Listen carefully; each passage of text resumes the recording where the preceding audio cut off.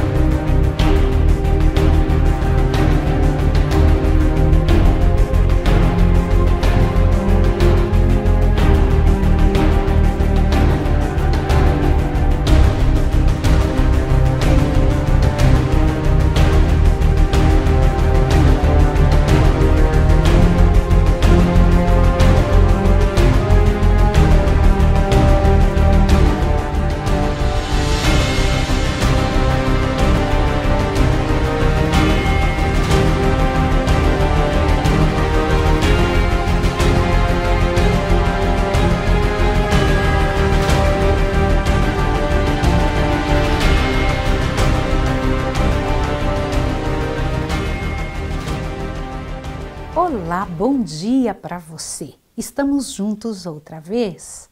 Pela graça e poder de Deus, vamos poder estudar as palavras de Deus, aquilo que o Senhor Deus deixou para mim e para você. Como tem sido esse ano bíblico na sua vida? Vamos orar juntos agora? Querido Deus e amado Pai, bendito seja o teu nome, pela glória do nome de Jesus, pelo poder de Jesus Cristo entrando nas vidas e fazendo essa transformação que só o Senhor sabe fazer. Abençoa essa pessoa que está em casa agora, Senhor. Organiza a nossa vida, nos ajude a entender e dá-nos porção dobrada do Teu Espírito para que saibamos o que é que tem que ser feito. Em nome de Jesus. Amém. No nosso estudo de hoje, nós vamos estudar o capítulo 6 do livro Grande Conflito, dois heróis da Idade Média. Foi no século IX que o Evangelho foi implantado na Boêmia. A Bíblia já se achava traduzida e o culto era feito na língua do povo. Mas Gregório tinha intenções de combater essa liberdade que via no povo, pois isso afastava o povo da sua direção. Então Gregório promulgou uma declaração que dizia que Deus queria que os cultos fossem feitos em língua desconhecida, porque assim se sentiria honrado e evitaria muitos males e heresias. Pare para pensar nisso que você acabou de ouvir. O Papa havia dito para o mundo que era para os cultos serem feitos em língua que ninguém entendia. Me faça compreender por qual razão. Assim a luz da verdade começou a ser extinguida novamente e o povo novamente encerrado em trevas. Toda vez que a Bíblia é tirada, as trevas voltam ao coração e à mente da humanidade. Mas Deus sempre tem um plano para não deixar seus filhos sem a luz do céu. Muitos valdenses e albingenses foram expulsos da França, da Itália, da Boêmia e passaram a ensinar no segredo. Assim preservou a verdade por um século. Sabia disso? Observe agora essa parte do grande conflito que eu preciso ler para você. Antes dos dias de Huss, houve na Boêmia homens que se levantaram para condenar abertamente a corrupção da igreja e dissolução do povo. Seus trabalhos despertaram interesse que se estendeu largamente. Suscitaram-se os temores da hierarquia e iniciou-se a perseguição contra os discípulos do Evangelho. Compelidos a fazer seu culto nas florestas, nas montanhas, dava-lhes caça aos soldados e muitos foram mortos. Depois de algum tempo se decretou que todos os que se afastassem do culto romano deveriam ser queimados. Pode imaginar isso? Mas enquanto os cristãos rendiam a vida, olhavam à frente para a vitória de sua causa. Um dos que ensinavam que a salvação só se encontra pela fé no Salvador crucificado, declarou ao morrer: a fúria dos inimigos da verdade agora prevalece contra nós, mas não será para sempre. Levantar-se-á um dentre o povo comum, sem espada, sem autoridade, e contra ele não poderão prevalecer. O tempo de Lutero ainda estava muito distante, mas já se erguia alguém cujo testemunho contra a reforma abalaria as nações. Hus era de humilde nascimento, órfão de pai, e a mãe de Hus deu a ele a mais perfeita educação como herança e o testemunho de Deus como a maior das posses. Estudou nas escolas da província e depois na Universidade de Praga, para onde foi junto com a mãe, que o levou e, ajoelhada com ele, antes de entregá-lo à escola, pediu a bênção de Deus pelo seu filho. Essa mulher não imaginava que sua oração seria tão prontamente atendida por aquele que um dia se tornaria essa bênção tão grande que nós temos hoje. John Hus se destacou pela dedicação, amabilidade e educação especial. Era devoto da igreja e pagava com sacrifício o perdão que ele pedia. Presta atenção, ele também pagava pelo perdão. E cresceu tanto que se tornou professor e reitor da universidade, chamado à corte pelo rei. Se tornou um orgulho de seu país e famoso na Europa toda. Foi somente anos mais tarde que ele compreendeu o que haveria de ser um grande reformador. Era um sacerdote e tinha uma capela em Belém. O anterior pregador dessa congregação de Belém havia denunciado que a pregação deveria ser feita na língua do povo. E Hus percebia que o vício e a miséria estavam por espalhar-se rapidamente e conferiu a essa situação a falta das escrituras sagradas. Observe aqui o que eu tenho para contar para você, olha. Um cidadão de Praga, Jerônimo, olha, estamos agora procurando saber a respeito deste outro herói da Idade Média. Um cidadão de Praga, Jerônimo, que depois se tornou intimamente ligado a Hus, trouxera consigo ao voltar da Inglaterra os escritos de quem? Ninguém mais, ninguém menos que Wycliffe. A rainha da Inglaterra que se convertera aos ensinos de Wycliffe era uma princesa boêmia e por sua influência as obras do reformador foram também amplamente divulgadas em seu país natal. Essas obras lerás Hus com interesse e cria que seu autor era cristão sincero e inclinava-se a considerar favoravelmente as reformas que advogava. Hus, embora não soubesse, entrara já em caminho que o levaria longe de Roma. Por esse tempo chegou em Praga 2 pregadores que abertamente expunham os erros e abusos de Roma e foram obrigados a silenciar. Mas como eram artistas, foram para a praça e pintaram 2 quadros. Sendo que um deles, Jesus estava entrando em Jerusalém humilde em um jumentinho, e no outro, a delegação papal adornada com ricas vestes, precedidas por trombeteiros em deslumbrante pompa. Esse era um sermão pintado que captou a atenção e a compreensão de todo o povo. Muita gente veio de longe a ver e mesmo depois da partida desses pregadores, Hus ficou altamente impressionado com o que tinha visto e começou a ver claramente o que era de verdade a igreja que ele defendia. Ele começou a pensar orgulho, corrupção, ambição. A luz passou da Boêmia para a Alemanha e nas universidades da Alemanha, Hus tinha passado as escrituras para as mãos dos alunos que espalharam o evangelho em sua pátria e por isso Hus foi chamado a comparecer perante o Papa. O rei e a rainha da Boêmia apelaram para o pontífice que não aceitou e interditou a cidade de Praga toda. Pare para pensar. Olha só o que eu vou lhe dizer. Esta cidade, Praga, nós estivemos lá, meu esposo e eu, para que pudéssemos ali observar como é hoje uma das cidades mais pagãs de toda a Europa. Quando eu paro para pensar nisso, eu fico pensando o que levou essa gente que um dia eram tão cristãos a se tornarem da forma como são hoje, com a dissolução desse nível tão grande. Toda vez que é tirada a escritura de qualquer lugar, de qualquer sociedade, as pessoas decaem em nível moral e intelectual. Então Praga estava agora interditada. Dessa forma, essa sentença caía nos ouvidos do povo como verdadeiramente excluídos de Deus. Achava-se que o Papa tinha poder para fechar os céus, e enquanto ele não desse a ordem, todas as pessoas estavam fora do favor de Deus. Não se realizavam casamentos dentro da igreja e nem os mortos eram sepultados com orações, eram jogados em fossos e calamidades temporais poderiam vir. Era isso que se pensava que o Papa tinha capacidade de fazer quando ele interditava uma cidade. Quando uma cidade era interditada, como Praga foi, todos começavam a temer, dizendo: olha que situação! Essa que estamos vivendo, e é por causa de quem? Assim Roma buscava dirigir a consciência do povo. Com quê? Com medo e pressão. A cidade de Praga se transformou em um grande tumulto. Hus foi denunciado como causa de todo o sofrimento, do sofrimento de todas as pessoas, e queriam entregá-lo ao Papa, ao que Hus retirou-se para sua cidade natal e ficou lá por algum tempo. Mas onde se passava, pregava às ávidas multidões, e assim que o Papa tentou fazer ao proibir a verdade, estava se espalhando para todos os lugares. Hus ainda amava a igreja, e em seu coração havia um tremendo conflito. Ele não estava combatendo a princípio da autoridade, ele não estava preocupado com a autoridade do Papa, ele estava preocupado com o abuso da autoridade dele. Hus se afligia pensando como a igreja, sendo infalível, poderia ter leis e regras que eram pecado aceitar.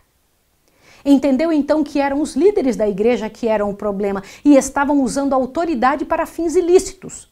Entendeu então que a Bíblia, e não os sacerdotes, era ela, a Bíblia, que era infalível. Depois de algum tempo, Hus voltou para sua capela em Belém. Ele voltou quando a ira dos papas havia amainado um pouco, né? E ele então estava sob proteção da rainha e dos nobres. Não sofreu com a afronta dos inimigos. Todos estavam comparando a doutrina coerente de Hus com a maneira ávara e degradante dos romanistas, e por isso muitos consideravam uma honra estar ao lado de Hus. Até então, Hus estivera sozinho, mas Jerônimo, que tinha aprendido dos ensinos de Wycliffe, veio ajudá-lo. E ele, que era um grande gênio, brilhante, eloquente, ganhava popularidade e o amor do povo rapidamente. Mas em questões de caráter, Hus era maior que Jerônimo. Preste atenção nisso. Hus era comedido, Jerônimo avançado. E ambos estiveram unidos até na morte, e a reforma em suas mãos esteve em amplo crescimento. Eu vou ler uma coisa para você aqui sobre isso. Preste atenção. Olhe só. Deus permitiu que grande luz resplandecesse no espírito desses dois homens escolhidos, revelando-lhes muitos erros de Roma. Mas eles não receberam toda a luz que deviam ser dada ao mundo. Porque o Senhor Deus vai deixando que a luz do Senhor seja como a luz da aurora, um pouco aqui, enquanto o que você precisa para hoje é o que Deus dá. E conforme as situações vão se passando, o Senhor Deus vai dando mais e mais luz. Quando somos fiéis no pouco, sobre o muito o Senhor nos coloca. Por meio desses servos, Deus estava guiando o povo para fora das trevas do catolicismo.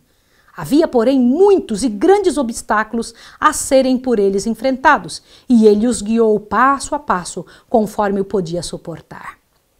Não estavam preparados para receber toda a luz de uma vez.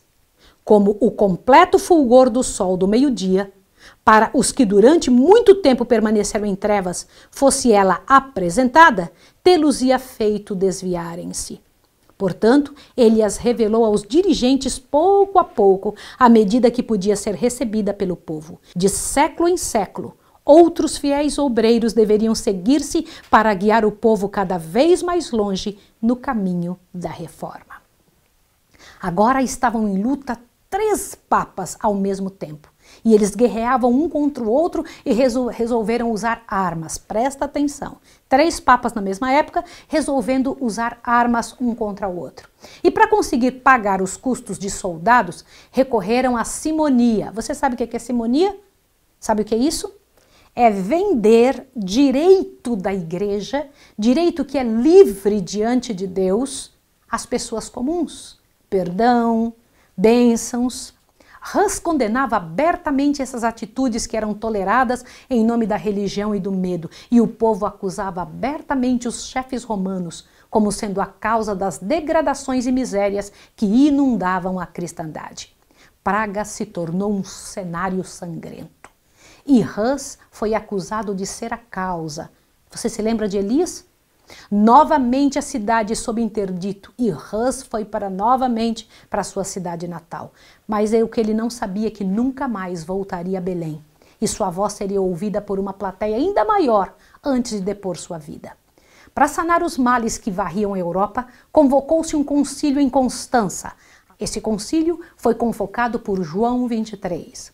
O motivo do concílio era apaziguar os oponentes e deter o que eles chamavam de heresia. Foram chamados os outros 2 papas, e Hus veio como sendo o grande herético da história. O Papa João veio com uma grande procissão, ouro e pompa, para dentro da cidade de Constança. E os outros 2 mandaram representantes seus pelo medo de serem depostos. Imponência, luxo e pompa. Enquanto isso, outro viajante vinha se aproximando de Constança.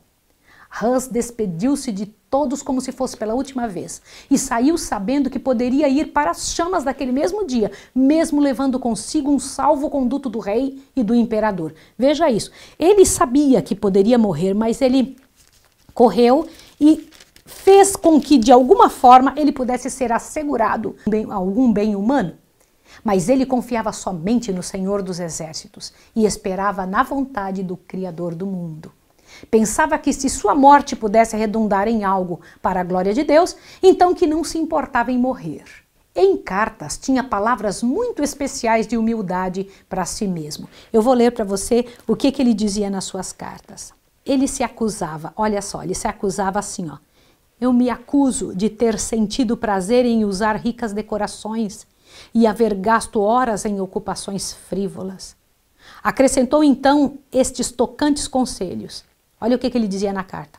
Que a glória de Deus e a salvação das almas ocupem tua mente, e não a posse de benefícios e bens. Acautela-te de adornar tua casa mais do que a tua alma. E, acima de tudo, dá teu cuidado ao edifício espiritual. Sê piedoso e humilde para com os pobres, e não consuma teus haveres em festas. Mas conjuro-te pela misericórdia de nosso Senhor, a não me imitares em nenhuma das vaidades em que me vistes cair. Imagine, ele pensava que era a última vez que ele estaria escrevendo para um amigo e escreveu esses detalhes que eu acabei de ler. Em todos os lugares onde passava, viu um pouco de quanto se tinha espalhado de sua doutrina e ele era recebido pelas pessoas com muita alegria. Quando ele chegou a Constança, Hus recebeu plena liberdade e pelo salvo-conduto que ele tinha em mãos, ele teve uma garantia de proteção pessoal.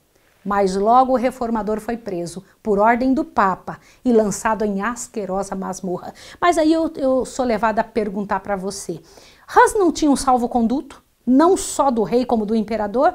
Por que o Papa não respeitou o salvo-conduto? Porque os papas não respeitavam nem as ordens civis. Você precisa saber a respeito disso.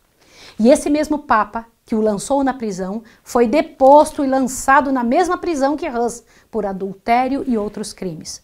Os outros antipapas também foram depostos. Maiores crimes tinha o Papa do que Hus. Mas mesmo com salvo-conduto, Hus foi esmagado. Vou te explicar como. Ainda que muita gente o quisesse soltar, nada conseguiam. Hus adoeceu pelo frio e pela umidade da masmorra. Quando finalmente foi conduzido ao concílio, carregado pelas cadeias que o prendiam, ele permaneceu em pé em frente ao imperador que o tinha defendido antes. Hus se manteve firme no protesto contra a tirania de Roma e o comportamento do clero, e lhe foi pedido para retratar-se ou ir para a fogueira. Ele aceitou as chamas. O céu encheu-se de paz. Durante as seguintes semanas, esteve como nas mãos do Senhor do céu. Foi o que escreveu um dia antes de sua morte. Naquela manhã foi novamente levado diante do clero e do imperador. Decidiu-se a não renunciar ao que sabia ser a verdade, ao que tinha certeza absoluta em seu coração, que era o certo a fazer. E começou então o ritual da degradação antes de sua morte. Você sabe o que é o ritual de degradação? A pessoa que vai ser levada à fogueira é retirada a roupa peça por peça. As vestes foram removidas uma a uma para a execução. quando tiraram dele as vestes de sacerdote. Colocaram sobre sua cabeça uma mitra de papel em forma de pirâmide, onde havia escrito desenhados assim muitos demônios. E a palavra arquierege bem visível na frente. Então Hus disse: não me envergonho de ter esta roupa, porque meu Salvador ficou sem as suas quando o reprimiam. E também usou a coroa de espinhos. Então os prelados disseram: agora votamos a tua alma ao diabo. E Hus disse: e eu te entrego, Senhor, meu espírito, e em tuas mãos, ó Senhor Jesus, te entrego a mim mesmo que me remiste. Foi então entregue às autoridades seculares e foi seguido um grande séquito para o local da fogueira. E mais uma vez lhe foi perguntado se renunciaria. E as palavras dele foram estas que eu vou ler para você agora. Olhe bem. Renunciar a que erros, diz Hus? Renunciaria eu? Não me julgo culpado de nenhum. Invoco a Deus para testemunhar que tudo que escrevi e preguei, assim foi feito, e com o fim de livrar almas do pecado e da perdição. E, portanto, muito alegremente confirmarei com meu sangue a verdade que escrevi e preguei. Quando as chamas começaram a envolvê-lo, pôs-se a cantar: Jesus, filho de Davi, tem misericórdia de mim. E assim continuou até que sua voz silenciou para sempre. Impressionou a todos a sua firmeza e constante fidelidade à palavra de Deus. As cinzas de Hus foram lançadas no Reno. Dali suas palavras, iguais às suas cinzas, seriam levadas pelo grande mar de pessoas para todos os lugares e por séculos seria ouvida e sentida. Seu exemplo animaria milhões a agirem com a mesma posição e a mesma resoluta firmeza. A execução de Hus levou a verdade e a verdade sobre todas as atitudes cruéis do papado a todo mundo conhecido, e a tentativa de apagar-lhe a voz foi exatamente o contrário. Contudo, outra fogueira iria ser acesa. Jerônimo havia prometido a Hus que se algo lhe passasse, ele mesmo iria em seu auxílio. Saiu sem salvo-conduto em direção a Constança, e quando ia chegando, percebeu que nada poderia fazer para ajudar seu amigo. Fugiu da cidade apressadamente, mas no caminho foi preso e trazido de volta ao concílio. Te prepara agora para o que você vai ouvir. Os que estavam presentes gritaram: as chamas, as chamas! E foi lançado numa masmorra acorrentado em posição de muito sofrimento e mantido a pão e água. Adoeceu muito e levado quase à morte. A morte de Hus causou uma tempestade de indignação em todos os habitantes e começaram a pensar muito sério que mais uma fogueira iria ser pior. Então pensaram em levar Jerônimo a retratar-se. Jerônimo foi trazido e, enfraquecido pela doença, tantos meses de prisão, desanimado pela morte de Hus, Jerônimo capitulou e aderiu à fé católica e condenou as palavras de Hus e de Wycliffe. Pode imaginar isso? Tentando silenciar a consciência na solidão do calabouço, lembrou da coragem de Hus e na fé do Salvador, e o remorso e a dúvida passou a atormentá-lo. Imagino que devem ter sido momentos muito difíceis para Jerônimo. Sabia ele ainda que teria que ir à frente do imperador mais algumas vezes.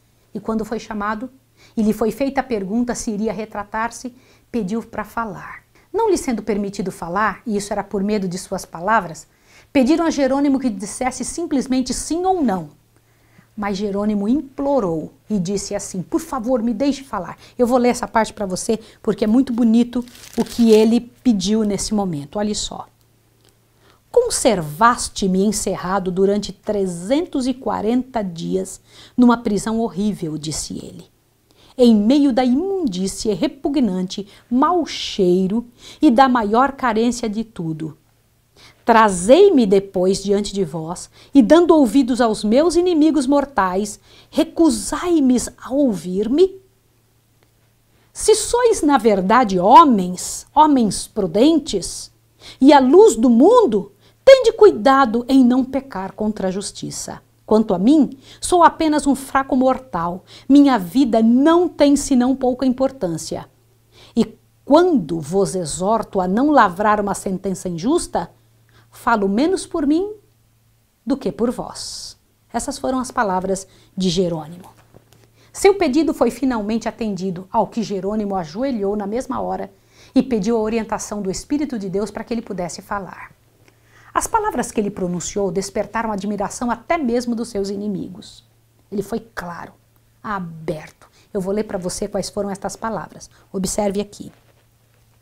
De todos os pecados que tenho cometido desde minha juventude, nenhum pesa tão gravemente em meu espírito e me causa tão pungente remorso como aquele que cometi nesse lugar fatídico, quando aprovei a iníqua sentença dada contra Wycliffe e contra seu santo mártir John Hus, meu mestre e meu amigo pessoal. Sim, confesso-o de coração e declaro com horror que desgraçadamente fraquejei quando por medo da morte condenei suas doutrinas. Portanto, suplico ao Deus Todo-Poderoso que se digne de perdoar-me aos meus pecados e em particular este, o mais hediondo de todos. Apontando para os juízes, disse com firmeza, observe isso agora. Condenastes Wycliffe e John Hus, não por terem abalado a doutrina da igreja, mas simplesmente porque estigmatizaram com a reprovação os escândalos do clero, a pompa, o orgulho e todos os vícios dos prelados e padres. As coisas que eles afirmaram e que são irrefutáveis, eu também as entendo e declaro como eles. A tempestade da cólera e ira dos padres irrompeu do coração destes prelados. Trêmulos de ira, condenaram Jerônimo às chamas. Provai-me pelas escrituras, e que eu estou errado, eu me retratarei. Em muitas palavras de Jerônimo, foram um bálsamo da verdade naquele momento. Foi condenado e levado ao mesmo lugar que Hus dera a vida. Veja esse lugar agora. Estamos no centro da cidade de Constance, na Alemanha. Provavelmente essas pessoas não saibam que nessa mesma praça, onde hoje é o centro da cidade, foi o palco do sofrimento de quem viveu, acreditou, se envolveu e morreu pela verdade. Hus e Jerônimo foram queimados aqui.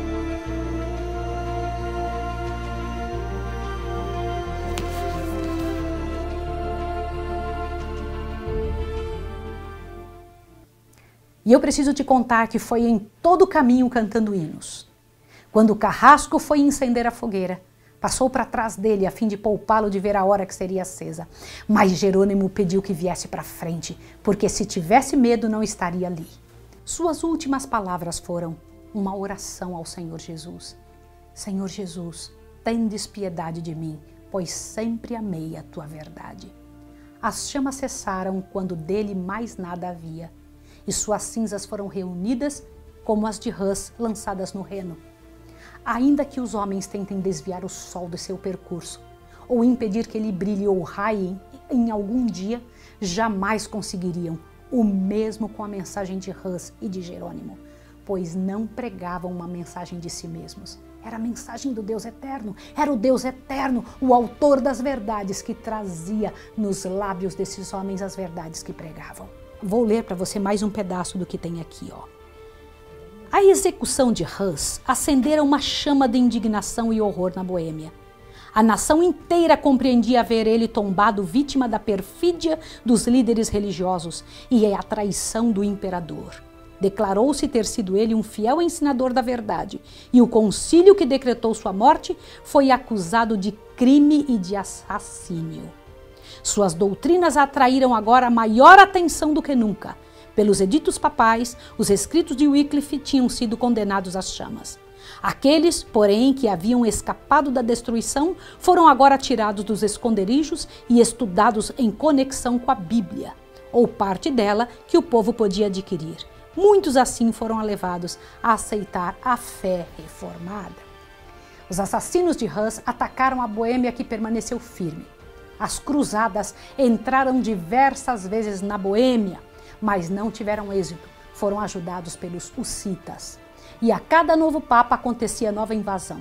O papa oferecia perdão e bom recebimento no céu para quem o ajudasse, para quem lutasse ao seu lado. E um grande exército se arregimentou. Mas qual não foi a derrota quando novamente saíram sem conseguir conquista de um só metro na Boêmia? Quando Deus está junto, não adianta, pode vir o exército do tamanho que for. O Papa então tentou ganhar a guerra de outra maneira. Quando ele viu que brigar, que trazer armas bélicas não funcionava, ele pensou numa outra maneira. Pense, era Satanás ajudando a pensar. Recorreu então à diplomacia. Pediu ao povo boêmio que repensassem em um tipo de acordo. E um acordo foi feito. Veja os detalhes desse acordo, você vai se assustar agora. Olha o acordo. Os boêmios haviam especificado 4 pontos como condições de paz com Roma. Quais eram esses 4 pontos?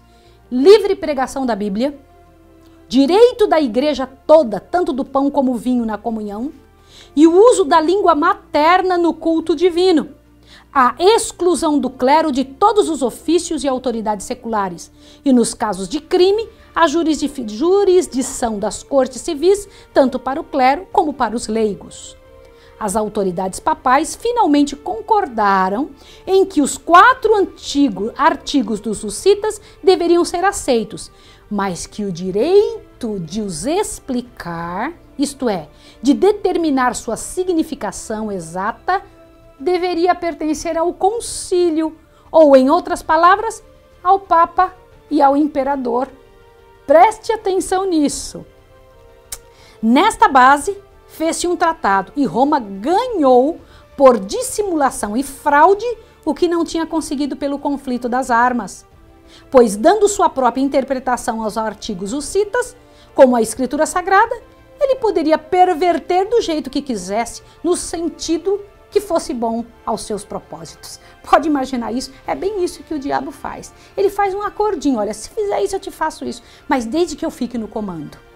Muitos dentro da cidade não se conformaram com o acordo e houve batalha interna agora, e pereceu a liberdade da Boêmia. Sigismundo, o traidor de Hus e de Jerônimo, lembra dele? Subiu ao poder entregando pouco a pouco a nação nas mãos do papado. Sigismundo morreu um ano depois, com o país em declínio e em grande pobreza. Seguiram-se muitas mortes e invasões, e aqueles que tinham sido firmes e leais agora estavam entregues às forças inimigas. A Boêmia agora estava entregue e falida. Que pena, não é? Quando a gente faz algum acordo com o inimigo, é isso que acontece. Os poucos cristãos que sobraram se reuniram em uma congregação chamada de Irmãos Unidos. Você se lembra disso? Quem estuda a história sabe que a igreja Irmãos Unidos foi levantada por Hus. E usam os bosques, eles usavam as cavernas para estudarem a palavra de Deus e unir-se em culto. Por meio de mensageiros que aqui e acolá ouviam falar de grupos isolados que se reuniam para ler a palavra de Deus, se comoveu novamente a ser proibida a Bíblia. Havia comunicação entre eles com os valdenses, que eram firmes como a rocha, e esses poucos permaneciam leais e esperavam as luzes de um novo alvorecer, como os guardas esperam a luz da manhã.